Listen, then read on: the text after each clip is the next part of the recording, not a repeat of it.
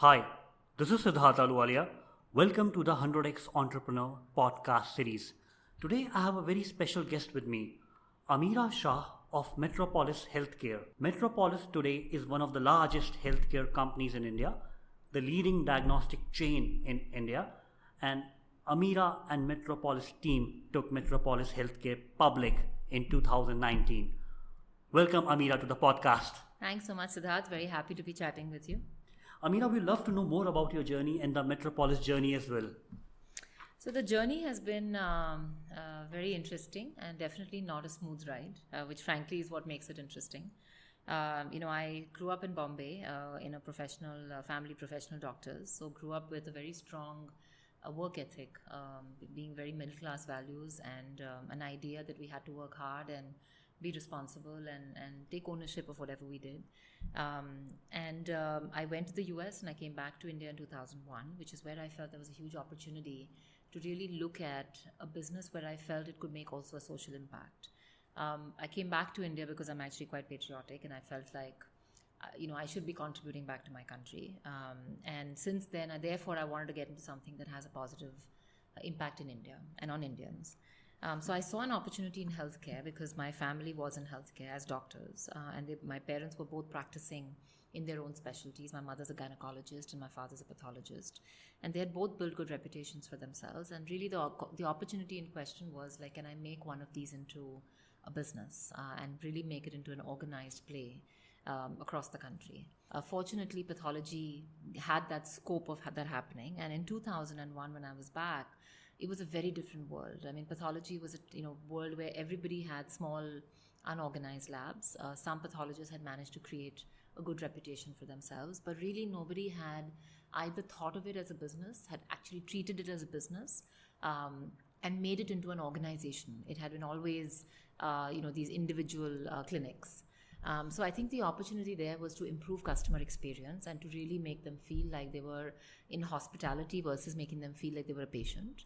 It was about giving global quality. It was about making sure that everything was accessible and available in India, which earlier it wasn't.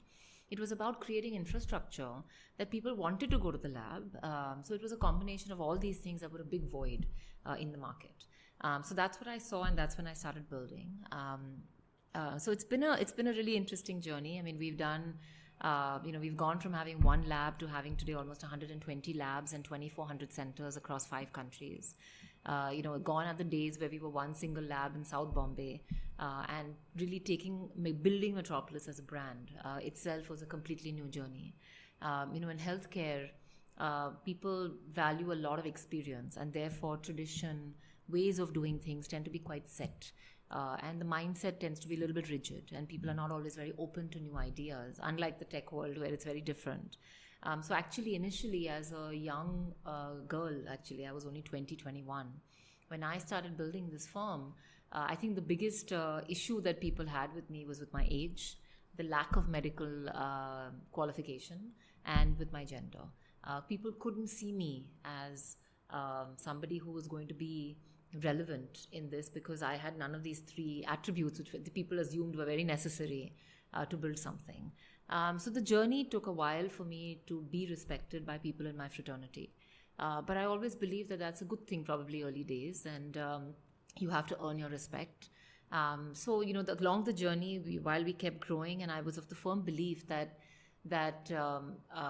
like my doctors, like my parents, there were many other doctors across the country who had been building good reputations and practices in different cities.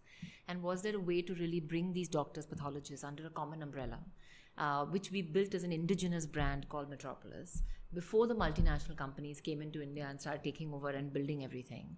And that was really the aim. So it was really a combination of bringing patriotism, healthcare, opportunity, and the global awareness that I had because I had studied internationally all together in making Metropolis what it is. And I was very clear that I had no interest in building this like in those days like a Lala company, as most Indian promoters or a lot of Indian promoters did.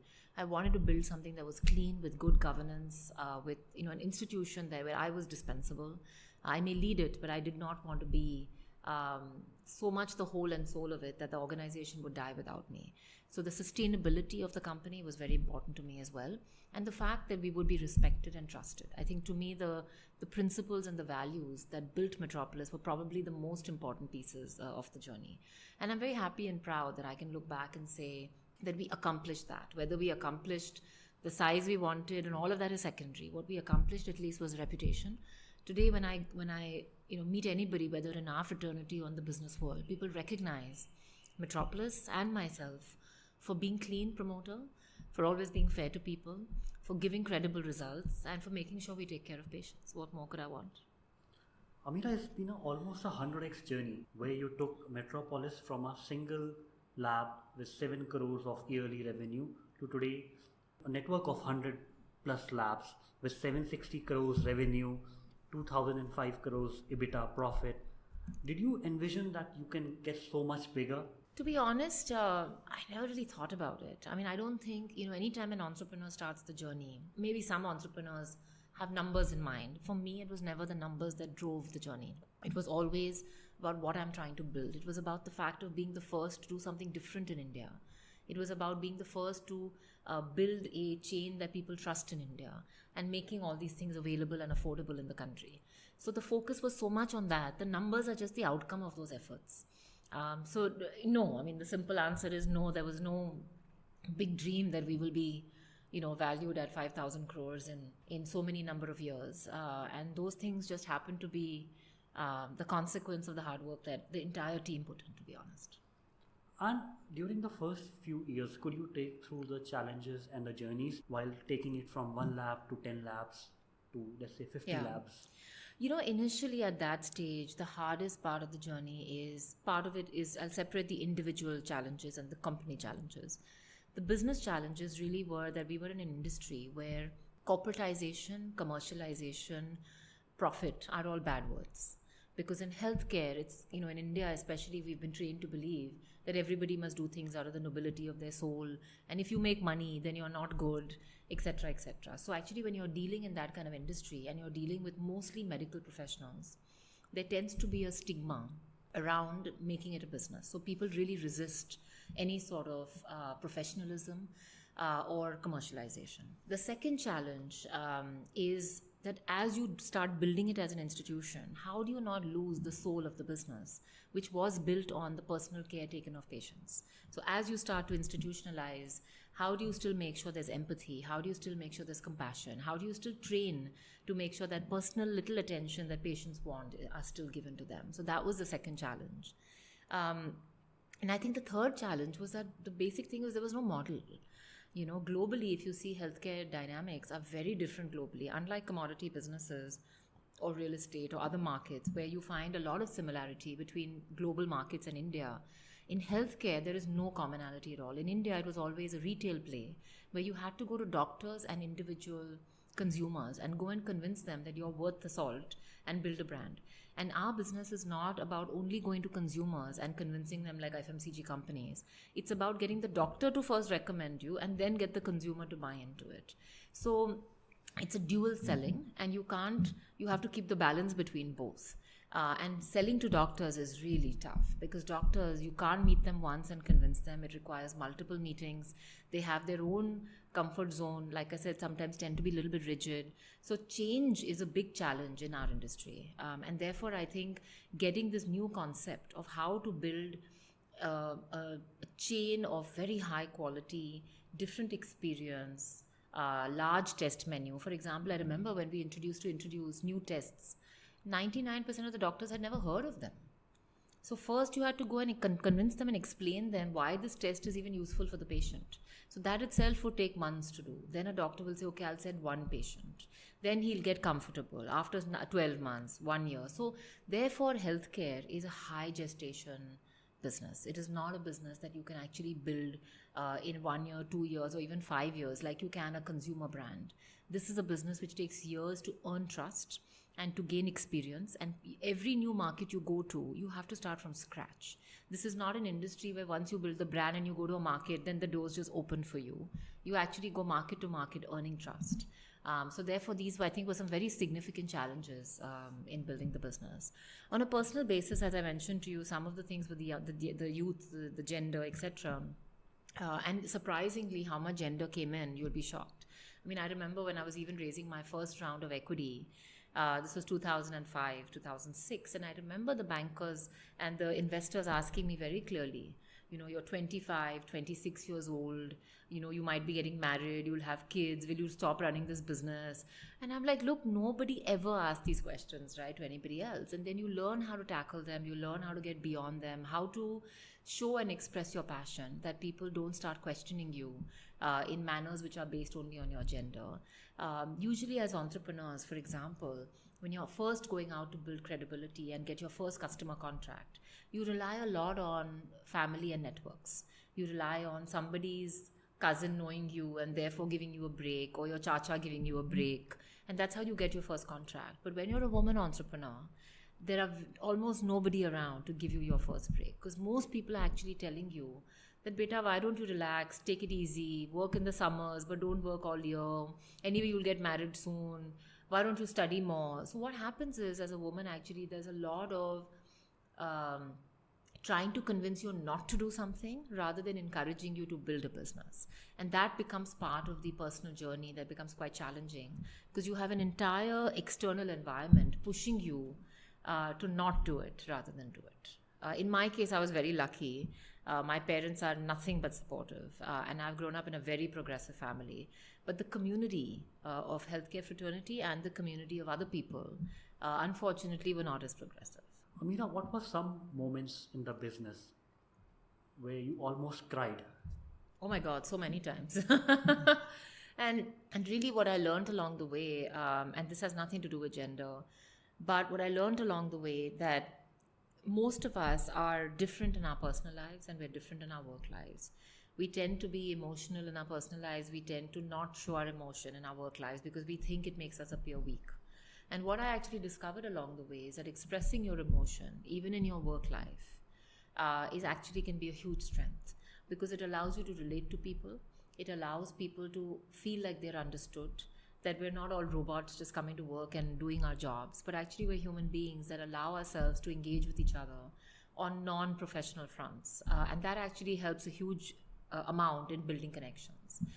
So along the way, I started showing my emotions. So, some of my employees have seen me cry sometimes or seen me really upset. But there have been some very stressful moments. I mean, we had a big shareholder issue in the company where it was a very, very stressful time. We had a hostile shareholder who just would block everything in the company and not allow things to progress. For 10 years, the company stagnated significantly because this individual would not allow things to move. So it was very frustrating for me to watch my firm, my baby, stagnate and not be able to reach its full potential, because the shareholding was complete, the board was not aligned, the shareholding was in disarray, and that there was these huge blockages being put by this individual. I finally solved that problem, and it took a huge energy, effort and risk on my side and courage on my side to take that punt later on in 2015. But for the 10 years before that, it was a very tough time to deal with it. And really for me, from 2016, it's been really Metropolis 2.0, because for the first time since I started building this business in 2001, I've had complete freedom and peace of mind to build the business the way I want. Who were the key investors you brought in from 2005 to 2018? So I had 3 rounds of private equity investors. The first ones were ICICI Ventures, who came in 2006. Were very supportive. We had a great relationship. It was a good investment for them. They landed up making a lot of money, which was great. I'm always happy when my investors make money. They exited in 2010, and then we got Warburg Pincushion, again, really good investors, blue chip, global, and you really see the difference between different quality of investors at different points. And again, very supportive, and we had a good run. Again, they made great money when they exited in 2015. I actually took personal debt to acquire their shares because they were stuck in the company because of the hostile investor. And I wanted to make sure that I had kept my commitment to them of giving them an exit. And because they couldn't exit to anybody else, I took debt and actually bought their shares. So that was a huge risk and a huge punt that I took in 2015. Then Carlyle came in 2015, and they were actually, and our investors even today, they exited about half their shareholding when we went public just about in April 19. And again, they've been, shareholders who have given me probably the most active support in terms of I've been using the Carlyle teams for M&A, and it's been very physical available support from. So in the relationship that I've had with all three has been very good. And again, the learnings that I've had, which I think is very useful for all entrepreneurs, is most entrepreneurs focus too much on valuation. All of us feel that the valuation of our business is a reflection of how successful we are and whether our company is valuable or not valuable. I understand that. But I've realized that it's as important to look at the terms of the deal as it is to look at valuation. Often you get people giving you the best valuation and really bad terms, which come back to bite you later in the day. So I think it's very important to focus on the quality of the investor, the reputation of the investor, and how they have behaved in past investments. Whether are they ones to create disputes and create conflicts? Are they ones to be supportive? Are they going to stick to their word? Are they going to be only commercial minded? It's very important to do this research. And then it's as important for you to play the role that you promised. I don't think any of us can guarantee anything in life as entrepreneurs, but what we can commit to is that we will give our best like we've promised to. More importantly, be fair, not cheat our investors in terms of try to make an extra buck for ourselves along the way, because it's while we do reference checks and reputation checks on investors, we can't forget that they do the same on us. And if you screw one investor, that is going to come back to bite you in the future, because it's a small community, the reputation spreads, and in the future you will not get the same quality of investor if you land up getting an investor at all. So the reason Metropolis and me have always had very good quality blue chip investors is because we've always been fair to all our investors. They've always made money from us, and that's the best starting point to get the next time the best investor to come in. So during these 17 years of this journey, what do you believe are your strengths as an entrepreneur that you were able to build in spite of all these challenges, such a big conglomerate with so much trust in it? I think the key word, like you said, is trust. And I think my strengths are 2 or 3. Number one, I do what I say I'm going to do. I'm not one, my actions and my words match. And I think people see that when they interact with me. And I think that's what builds trust. When you say what you mean and you do what you say, I think that goes a very long way in building trust. And that's one of the very critical components of any long-term business or relationship. I think the second thing is a very strong emotional quotient. I think, again, about relationships and having the ability to build relationships is about not building them transactionally, but building them as long-term relationships. Having the ability to understand another person's viewpoint, having an ability to put yourself in their shoes, and be able to keep that relationship and momentum going longer term. I think would be a second thing. I've managed to do that well with my employees, my partners, with my investors, all stakeholders. I think third is clear communication. I think it's very important. Often we all know what we're thinking, but we're not always able to communicate it as clearly to people around us. And I think clear communication has been one of my strong points in telling people exactly where I am, what I'm thinking, what we want to do, why we want to do it, and not feeling tired or frustrated in explaining that again and again and again and again. Because often we think when we tell somebody once, people's just going to get digested, and it never does. It's about that nurturing where you have to keep explaining it and keep training and nurturing before people get what you're saying. So I would say these are some of the things. And fourth, I would say, is planning. Often in India, and I see this as a very cultural issue, whether you're a professional or whether you're an entrepreneur, but probably more if you're an entrepreneur, because at least as a professional, you're trained differently in corporate India. But as an entrepreneur, we are so much about action that we think of an idea and we go straight from ideation. We do very little planning and we jump straight into action. And to me, this is where Indians are not always able to build very scalable businesses. Because what happens is you can build a business quickly by going into action with speed and agility and adaptability. But when you want to start scaling that business, the planning that you did of the strength of the pillars and the foundation that you were building it on, if it's weak, scaling and the sustainability of the business becomes a huge issue. So one of the strengths that I believe I have is actually planning and making sure that when we actually decide to do something, I spend a lot of time in being very thorough, very detail oriented, being very aware of the risks I'm taking, doing lots of checks and balances, and getting everything aligned before I act. I would say these are some of the strong points. So coming on to planning, which you mentioned as one of your biggest strengths, between 2001 and 2006, what were your plans before you started scaling, which could be useful for other entrepreneurs because many companies fail at scale? So actually between 2001 and 2006, I would say my planning was terrible. And this is a lesson which I've had to learn later in my journey. In fact, between 2001 and 5, we had a little bit of a khichdi management. So we had 4 people making decisions at that point of time in the company, which actually was the biggest failure for the company. Because anytime, compromise and all these things are great. But as a entrepreneurial firm, what you most need more than anything else is decisive leadership. Sometimes the decisive leadership may be wrong, but it's very important you have decisive leadership, because when you have too many people, too many cooks mixing the same broth, you'll end up having a very confused strategy. And that's what Metropolis had in the early years. So my natural instinct is to, so I'll give you an example. I remember one of the 4 people came and said, look, we must grow internationally. And my immediate natural instinct was absolutely not. Because today we are such a young firm. Number one, we are only in a few cities in India. In those few cities in India, we are not leaders. We are still developing our leadership in these markets. To now go and start expanding internationally is a big mistake, because that's 2 things. One, you are defocusing yourself from your core markets and making sure you're a leader in your core markets. And second, you're increasing the complexity in the business, because even though you as an entrepreneur may say, I can handle it all, your team may not necessarily be ready to handle all the complexities that come out of an international business. So we were too young and too immature to actually look at an international expansion at that time. But even though I resisted it very strongly, there was a majority vote out of the 4.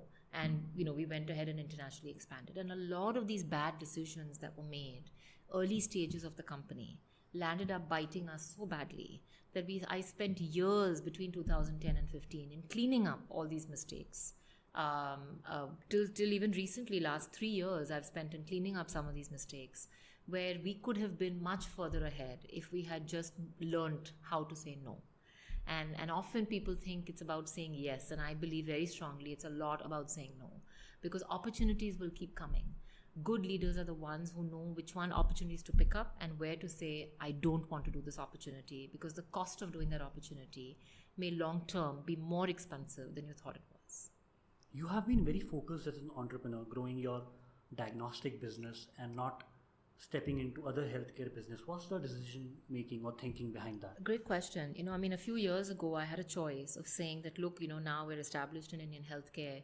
Let's get into other areas. It was very tempting. People kept coming to us with opportunities, get into radiology, get into primary care, get into pharmacy, get into this, that, etc., hospitals. And I was very clear that either we be a specialist at what we do and we look at a larger canvas, or we stay in our home ground and we become a generalist, where we get into many other healthcare areas, right? And I took a decision to say, look, I would rather be a specialist in a larger canvas rather than be a generalist in my own home. Time will tell what decision is better. But this decision was right for Metropolis at the time, because Metropolis as a company is positioned to be damn good at what we do. We are always about the pursuit of excellence. We are not the company who goes after volumes. We are the company that goes after being really good at what we do. And therefore, it was very important that our positioning continue about being a specialist, where people are willing to pay us that extra premium, people are willing to take that extra effort to reach us, because they know that what we're offering and the services we provide are that trustworthy and that authentic. Which I think when you're as a generalist, you may lose some of that positioning because then you're trying to go more after volumes in multiple businesses, which wasn't necessarily right for who we were. What are your next plans for Metropolis from 2019 to 2022? So we're at a very exciting phase of that because, like I said, 2016 onwards has been a version 2.0. So just to give you examples of what that means, in 2016, out of my top 25 people, I changed 22. And so you can imagine the craziness that happened in that year. I really wanted to build a good team that was very progressive, forward-looking, and that could take the company to the next level. So a lot of our effort in the last few years has gone about settling the new team, getting them to move, and really getting them aligned to the new aggression that we wanted to pursue to reach the next level. Then the other things that happened was 2016 to 19, our international business was 15%, which we exited multiple geographies and we reduced the international business to 7%. So very consciously, I let go of many businesses, revenue, which were all profit making, because I felt it was not in alignment with our future vision of exactly where we wanted to go. But the countries where we believed internationally that were good businesses and in alignment with the kind of sustainability that we were looking for, we kept them, and they are doing exceedingly well. But the businesses I believed were not good structural businesses, I exited them. But I think, we are today, leading in multiple cities in India. We want to continue to build that leadership position and increase our market share in some focus cities. So we have about 5 focus cities that we're really driving hard and building dominant leadership. There are about 8 cities out of total 200 that we're present in, which we call as our seeding cities, in which we believe that we can become a significant leader in the years to come. So we're investing a lot of time and effort and energy in really building out our infrastructure and capability in those markets. And in the other markets, we're either, re-establishing ourselves or establishing ourselves stronger in the rest of the 200 cities. So I think India, over the next 5 years, we will only get stronger because combined with our organic strategy, we're also doing some very innovative business models plus acquisitions that will make us an even stronger leader than we are today. Along with that, in the international markets that we've selected, we'll be very focused, but we'll go deeper in the markets that we're in. We're already today, a significant leader in Africa, and we want to expand that quite well. So I think the next 3 years will be all about pathology. And we just want to keep our focus, not try to do too many things, but just do what we're trying to do well. And I think that's what we'll see Metropolis doing. I think post 3 years, we'll see Metropolis look at expansion into some other areas of healthcare as well. So today Metropolis has 119 labs, 2,400 collection centers, and 9,000 touch points where it picks up samples. You started this asset-light model, which currently, Oyo and likes other companies have pioneered in India, but you started back in 2000 this thinking. What was the reason behind this thinking? This is now being termed as so innovative. Back then it was, people used to say, own everything. What to start? Look, I think having studied internationally, I was very clear that owning assets is important in some strategic cases, but it's not necessarily the best way to build a business when you're doing it of scale. So for example, I was very clear that our main lab, our global reference lab, which is 40,000 square feet, is so strategically critical for us and so the nerve center of everything we do that you cannot be on a rented property. You need to own the property. So in those cases, we own the assets. But other things, as we were scaling, we didn't need to. And it was wiser to actually do an asset-light model. So I think it was a very natural sense that as we scale, it's important to not only not have all this heaviness on your balance sheet and on your fixed costs, but also to get other entrepreneurs who are as passionate, involved with you and aligned with you, who can help you drive the business so you're not one person doing it alone. So whether it's a franchised collection center, where the owner of that collection center is so passionate about what they're doing in maximizing revenue, profit and service and all of those things, and they will be more careful about making sure that center is open on time, the service the patient gets is a little bit extra, versus maybe, the 5,000th employee of Metropolis who may say, okay, I don't have the same passion to do it. So sometimes I think involving other entrepreneurs in your journey and aligning them to your vision can be very helpful. And that's part of the asset-light model as well. Because then you and your team are not the only ones driving, but you have this whole range of entrepreneurs who are driving things together. You have been a very good promoter of acquisitions within the company, starting from 2004, where you acquired Lister Labs in Tamil Nadu. Yeah. Can you throw more light upon what kind of acquisitions you have done from the beginning till now? So we've done almost something between 20 to 25 deals over the last, since 2004. And these are all individual labs which are headed by pathologists usually, and these pathologists have been running them for 30 years as their babies. So they tend to be very individual doctor-led practices. They don't ever actually have great systems in place, processes. None of them tend to be compliant. They don't necessarily know the laws. They don't always follow statutory compliances. These were built as individual doctor-led practices. But the opportunity that we really saw was that, like my father and mother had built their practices in Bombay and done exceedingly well, there were these other doctors who had done it all across the country. And these pathologists, like I said, if we could bring them under a common umbrella, it would be a great opportunity. Having said that, the implementation of that was very hard, because going to these pathologists, especially as a 21-year-old girl, and most of these pathologists were like 60, and convincing them that, listen, I should buy into your firm and your practice, which has been like a baby to you. As a non-pathologist, I'm going to own majority and we'll work together and do it. I mean, that was a really hard sell, which I think they found very difficult to buy. So it took a long time to convince people. But finally, I think with the combination of the emotional quotient and what we were trying to build and the passion, I think people bought it. And then they came on board. And I think it's been a really good journey with most of our partners, where they've seen incredible value addition to their own lives, their own way of thinking about pathology, the value that we've created for them, the financial value that we've created together. So it's been a really good journey. But again, it was a model and a path which was completely untrodden. Nobody had done this in India before. Nobody knew how to do it before. So it was all very, let's figure this out as we go. There was really no model to follow, really. So it was very pioneering for its time. Healthcare is a very closed ecosystem between doctors and other stakeholders. Yeah. You might have been seen as a young girl who is trying to break barriers. How did you tackle that kind of opposition within the industry? I mean, honestly, I think there are still people who see me like that as a young woman now who's probably different from the normal fraternity. I think some of it comes to managing your own expectations. Initially when I came back, I was like, why aren't people listening to what I'm saying? It's logical. And I realized that people don't always listen to logic. People first have to overcome their own biases before they can hear what you're saying. Whether it's logical or not will come second. And those biases are not personal. Those biases are in their minds.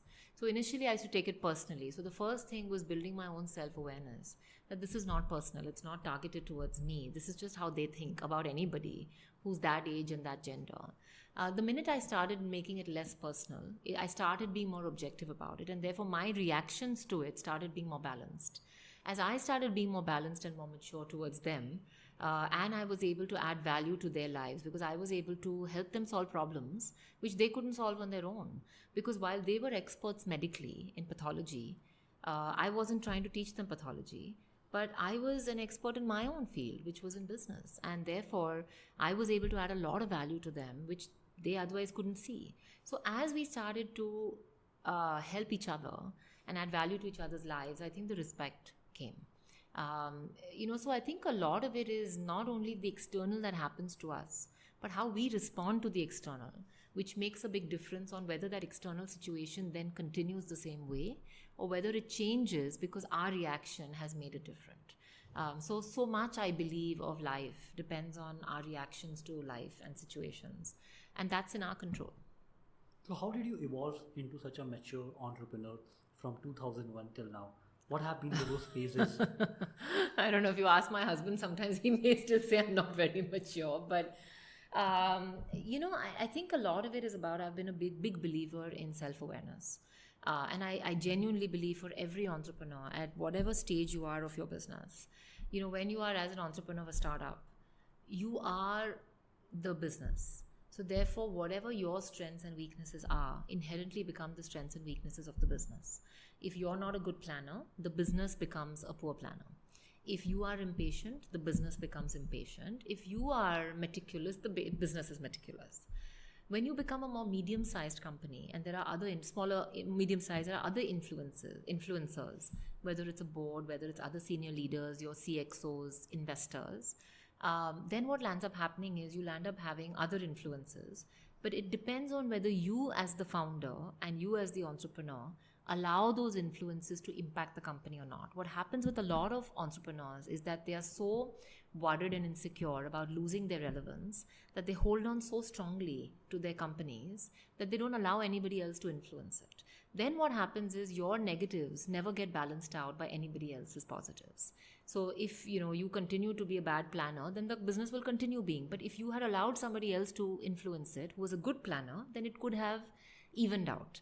It's like mother and father with a kid. Sometimes the father will be very rational and sometimes maybe a little bit cold, and sometimes a mother may be very warm, and that balances out for a child. A mother may be very emotional, a father may be more objective, and that balances out for a kid. The same way, if you allow different influences in a business, it'll help. Then when it gets to a large state of business, the challenge becomes opposite. There are so many influencers that sometimes the soul of the business gets diluted. And there is the character, the values of the business get diluted. And that's where sometimes again you need the founder to step in and become the chief mentor or the chief purpose officer, somebody who's just there to make sure the values are not diluted anymore. So I think the role of the entrepreneur has to be what the business needs of it, not what we need of the business. And often we forget, like children, the parent we have to be is the stage the child is in and not what we need of the kid. So I think a lot of it is about building our own self-awareness, recognizing our weaknesses, recognizing our strengths, and being comfortable and vulnerable enough to say, I suck at this, I'm not good at this, or I'm good at this, and ask for help and let other people help you, and that's okay. You mentioned a stage of the business where there were 4 decision makers in 2005, and that was screwing up the business.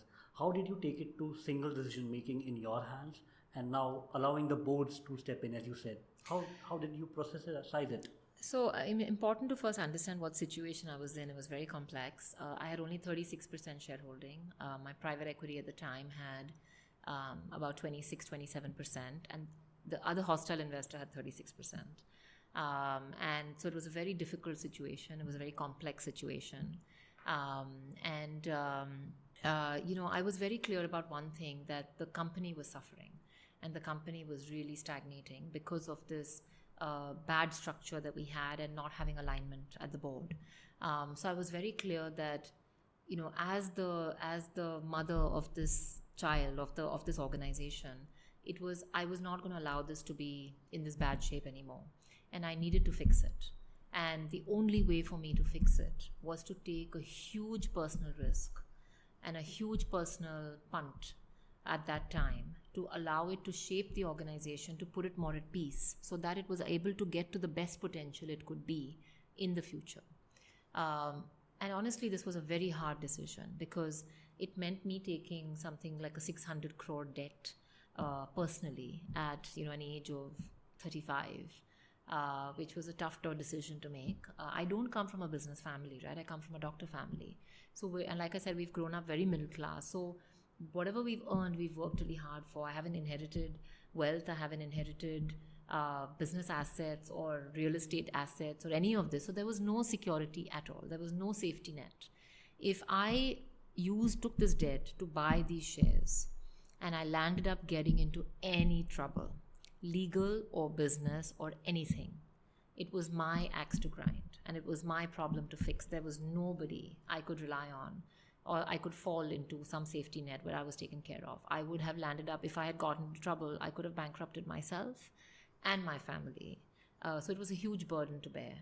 But it was a decision that I took very thoughtfully, very consciously, and with nothing but love in my heart.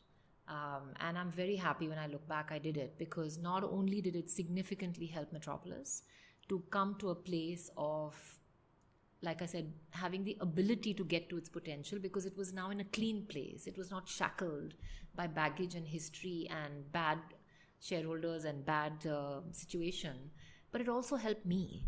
And what I realized is that a lot of people used to ask me, oh, how are you so confident? And what I realized that where does confidence come from? Confidence doesn't come from trying to be confident. Confidence doesn't come from suddenly you being born with confidence. Especially for women, by the way, confidence comes from actually confronting the biggest, deepest fears that you have. And when you come through that biggest fear on the other side, that's the thing that builds confidence.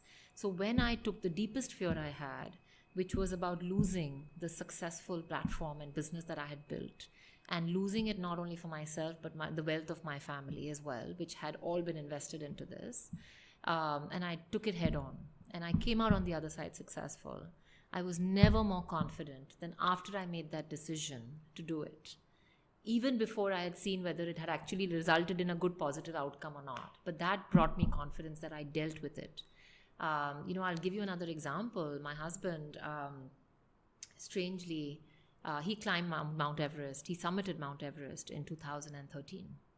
And I remember just before that, in 2012, we happened to be in Milan, and we were, in the Duomo, which is a major monument there, and the stairs are quite high. And we were walking down the stairs, and he was holding the railing and very gingerly walking down. And I asked him, I said, "What are you doing?" I was running down the stairs. So he's like, "No, I'm afraid of heights." I was like, "What? Really?" I said, "How are you going to go to Everest next year? What's wrong with you?" And that's exactly one of the reasons. That's not exactly the reason. That's one of the reasons he wanted to do it. Because he said that, look, if I have this fear and I'm going to be stuck with it my whole life, it is going to become nothing but an obstacle for me. Let me take it on head on. And let me go and push my boundaries, and let me go and show myself that I can actually overcome this. So I think for all of us as human beings, I think this is the biggest challenge in our lives, to first accept and be vulnerable enough to accept what our biggest fears are, and then actually to have the courage to confront them. And once we do that, the confidence skyrockets, because then the deepest fear is no more. Awesome, Ameera. I wish entrepreneurs could learn that, because entrepreneurial journey is so much full of fears. Absolutely. Next moment the company could shut down. Were there any moments in Metropolis journey where the next month's salary of employees was not sure? No, we didn't have that situation, because we've always been a fairly cash-rich business. Our business is not one which requires great investments, but it's a business which requires great management. But I'll tell you what fear there has been. We deal in life and death in healthcare. And in diagnostics, 70% of your key decisions in healthcare and treatment are based on the correct diagnosis. I've had many nights of sleepless nights, worrying and hoping that what we're doing is always right by patients. And we've not given any incorrect report, either because of an error of a team, or because we've not invested the best, or because we haven't run the best process. And honestly, to feel responsible for somebody's life can be so pressurizing, because you worry. The last thing you want to hear is that you gave an incorrect report which landed up in not diagnosing somebody's cancer and the person died, or that you end up giving a wrong diagnosis. And thankfully, we've not had those situations in Metropolis, but we've had close calls where a doctor thought the result was wrong, or a patient thought the result was wrong, and while we investigated it, I couldn't sleep, because I was so worried. Oh my God, has the reputation of this organization I've built just gone down? Because you do that once wrong, and your business could be shut tomorrow. So it's not been salary, but it's definitely been about the life and death of patients. So building this at scale, what has been the challenges? Because you cannot ensure personally what is happening, let's say a lab in Tamil Nadu. How do you ensure, how do you build processes for that, so that an employee sitting in Tamil Nadu is as much concerned about the end result of a patient's report as much as you? Yeah, you are right. And that's the critical thing about building scale and sustainability. And I think when you move beyond the startup phase, where you try to do everything and try to fix every problem and try to be there for every situation and decision, when you get to a different scale, a larger scale, you have to learn how do you now transplant that emotion, passion, knowledge into others. And so much about it is, I would say it's three levels of three pillars of building. One is about building the processes and systems, right? About the SOPs, about the technology, about building certain things that people just cannot do. They cannot mess with. And that creates a robustness around your systems and processes that don't allow people to break certain boundaries where you know that you cannot retreat from. So that's one piece of it. The second piece of it is, a lot of it is training, because when you're in services, it's not only about making the boundaries strong, but it's about how do you teach people to be empathetic. For example, one of the key pillars of Metropolis is dealing with our consumers and patients with empathy and compassion, recognizing that people are coming to us at a bad time in their lives. And we cannot deal with them like a factory number. We cannot deal with them like they don't matter, like they are one sample amongst the millions of samples that we do, but dealing with each one of them and recognizing that for them, it's a very personal crisis, while for us, it may be one of the millions. How do you communicate that and train people? And a lot of it is about leading from the front. A lot of it is about demonstrating that on a daily basis, about communicating it, about teaching it again and again and again and again, and not allowing the bad apples who don't follow it to be in the system, because that creates a toxicity in the system when you allow those kind of people in the system to flourish. And the third is about building the culture. And that culture doesn't happen overnight. That culture happens by the quality of employees you bring in, the demonstration day to day, the communication you do, how they see you react when that situation actually happens, the values and beliefs that you not only demonstrate but teach. So it's really a combination of all three. And if any one of these pillars is a weak link, it breaks down. Ameera, when did you start planning for an IPO? And you mentioned that you always kept the company clean right from the beginning. Yeah. So I believe it must have helped a lot when you started visualizing first as an entrepreneur and then circulating with your board and team. When did this happen and what were the next steps you took? I think governance is a mindset.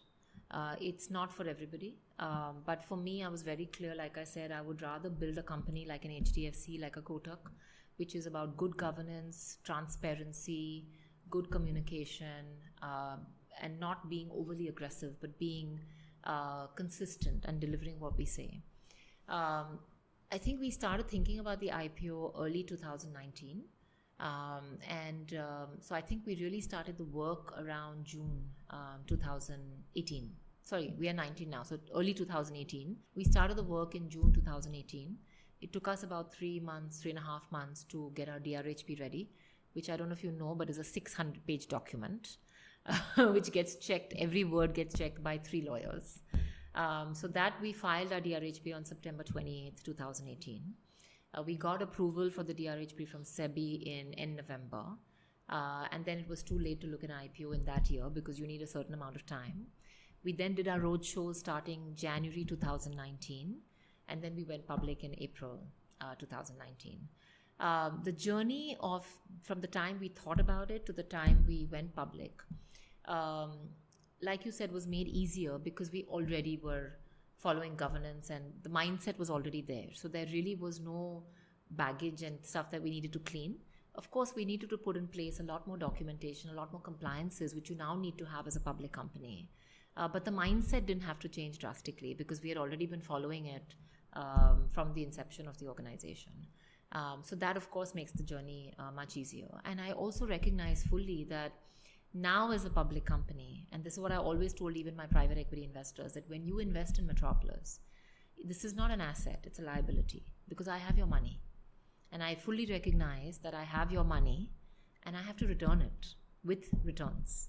So it's a responsibility that is on me and my company to make sure that you as an investor, we do our best possible to give you good returns. And now that's multifold with now lakhs of investors in the company. And we just feel happy that so many people believe in us. People believe that we can do so much in the future, and which is why we were so oversubscribed, which is why the IPO was such a success, which is why our stock is held up. And of course, now it's up to us to keep delivering value, to keep showing our levels of passion and commitment, and the fact that we are going to make good money for our investors. How do you allow so much responsibility to not disturb your sleep at the end of the day? Because many entrepreneurs go through tons of sleepless nights, when the company is suffering or even when it's performing because they fear that they might lose it. Yeah, the treadmill may stop. Look, it's anxiety, I think, can be there for many things in life. Part of it is professional.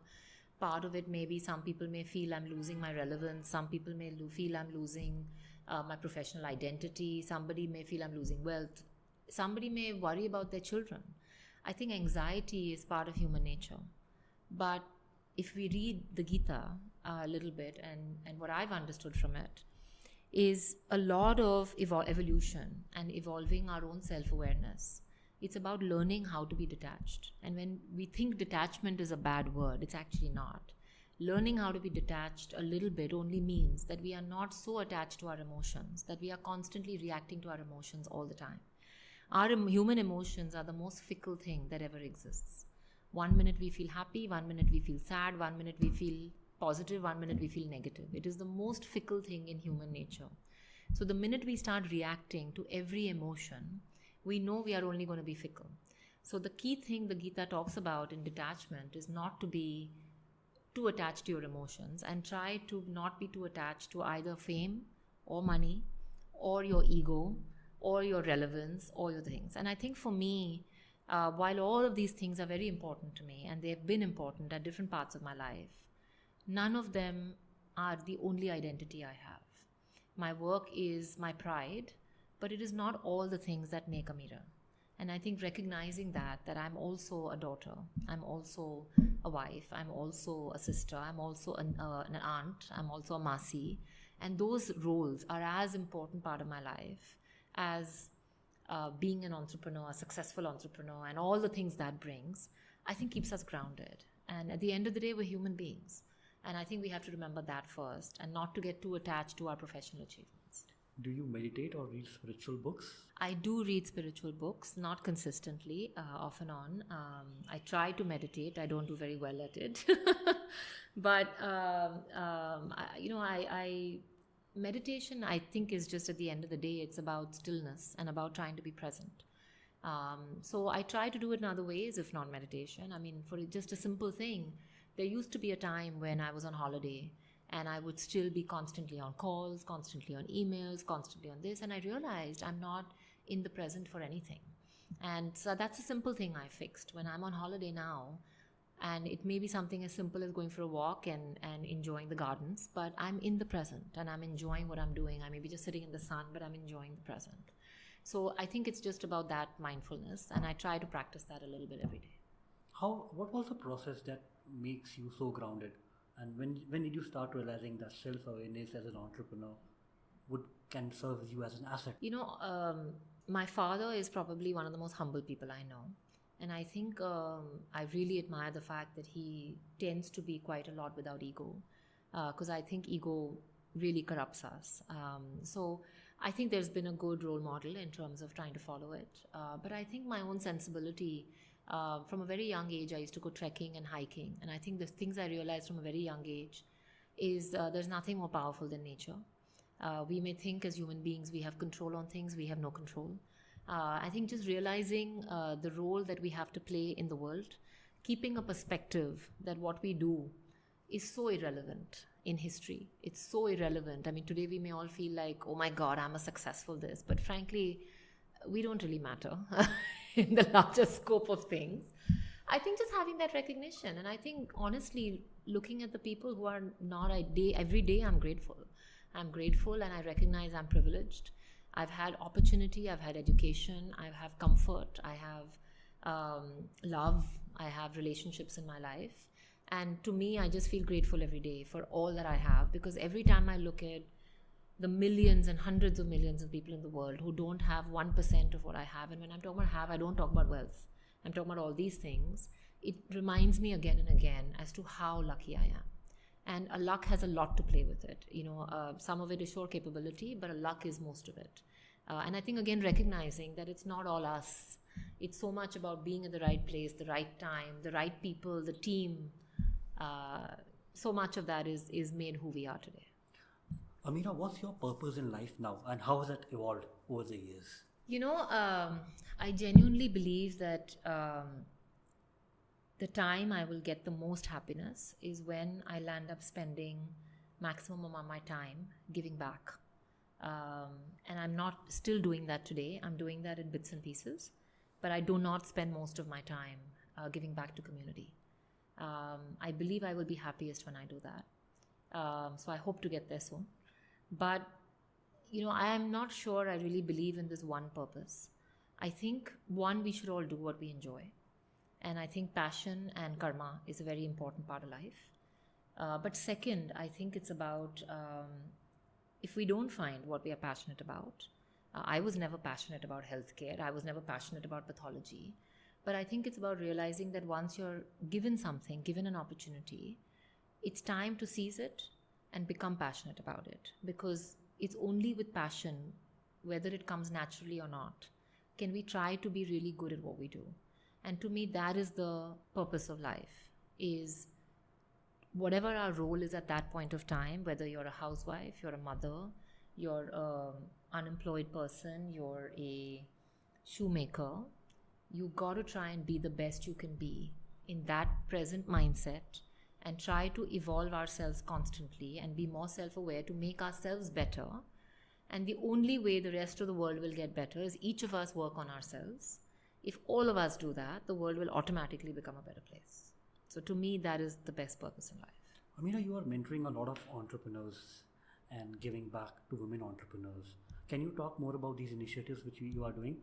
Absolutely. I mean, this is to me part of what I enjoy the most. I launched Empoweris.com, which is a platform where I wanted to create a space for women entrepreneurs to have a toolkit to be able to go to, whether it's watching videos on very specific things, like we've put up videos on how do you price, how do you raise money, how do you manage investor relations, how do you build a team, just different subjects. And the idea is to give very direct pointers as to what my experience has been. And then, of course, that may be relevant, that may not be relevant to somebody else's experience.